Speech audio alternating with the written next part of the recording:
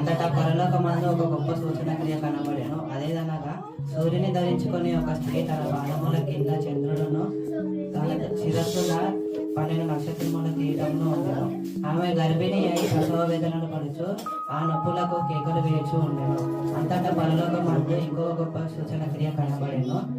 ఇదిగో ఒక ఎర్రని మహాఘట సర్పము, దానికి 7 తలలను 10 కొమ్ములను ఉండెను. దాని తలల మీద 7 కిరీటములు ఉండెను. కననే ఉన్న ఆ స్త్రీ కనగానే ఆ శిశువును మింగి వేయుటకు ఆ ఘట సర్పము చూచెను. ప్రకటన గ్రంథము 12వ అధ్యాయం 1-4. అంతటా పరలోకమందు ఒక గొప్ప సూచన క్రియ కనబడెను. అదేదనగా సూర్యుని ధరించుకొని ఒక స్త్రీ తన పాదముల కింద చంద్రుడును తన శిరస్సున 12 నక్షత్రముల కిరీటమును ఉండెను. ఆమె గర్భిణి అయి ప్రసవ వేదనలు పడుచు ఆ నొప్పులకు కేకలు వేయచూ ఉండెను.